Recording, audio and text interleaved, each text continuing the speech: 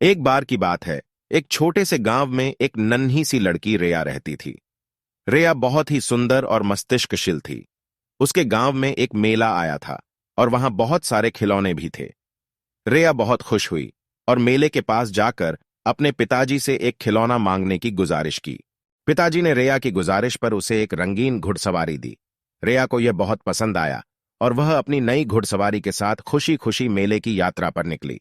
मेले में रेया अपनी घुड़सवारी से दौड़ती रही और बहुत मजा आ रहा था। धीरे धीरे रात होने लगी और रेया को घबराहट होने लगी। उसने अपनी घुड़सवारी को थोड़ा आगे बढ़ा दिया और फिर से दौड़ना शुरू किया। लेकिन बड़ी तेज दौड़ में रेया अपने चलने का नियंत्रण खो बैठी और अचानक उसकी घुड़सवारी एक विपरीत दिशा में मुड़ गई। रेया बिल्कुल अस्थिर हो गई और वह दिखाई नहीं दे रही थी। बहुत घबराई हुई रेया चिल्लाने लगी और मदद के लिए चिल्लाने वाली रेया को एक वृद्ध आदमी सुन लिया। वह आदमी रेया के पास आया और उसे संभाला। वह आदमी रेया को समझाने लगा, बेटा, धैर्य रखो। जब तक तुम स्थिर नहीं हो जाती, घुड़सवारी को विपरीत दिशा में मोड़ने की कोशिश न करो। उसे सामान्य दिशा में लौटाओ और फिर से चलना शुरू करो।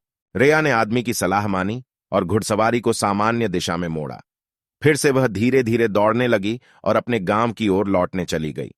रेया ने देखा कि उसकी घुड़सवारी फिर से स्थिर हो गई है और वह बहुत खुश थी। रेया अपनी अनुभव के बारे में सोचती रही और उसे यह समझ में आया कि जिंदगी में धैर्य रखना बहुत महत्वपूर्ण है। हमेशा चिंता और घबराहट करने से हम अपना लक्ष्य नहीं प्राप्त कर सकते हैं। इस कहानी से बच्चों को यह सबक सिखाया जा सकता है कि जीवन में धैर्य रखना और समस्याओं का सामना करना बहुत महत्वपूर्ण है। यदि हम धैर्य रखते हैं और समस्याओं को सामान्य दिशा में लौटाते हैं, तो हम अपने लक्ष्य की ओर आगे बढ़ सकते हैं।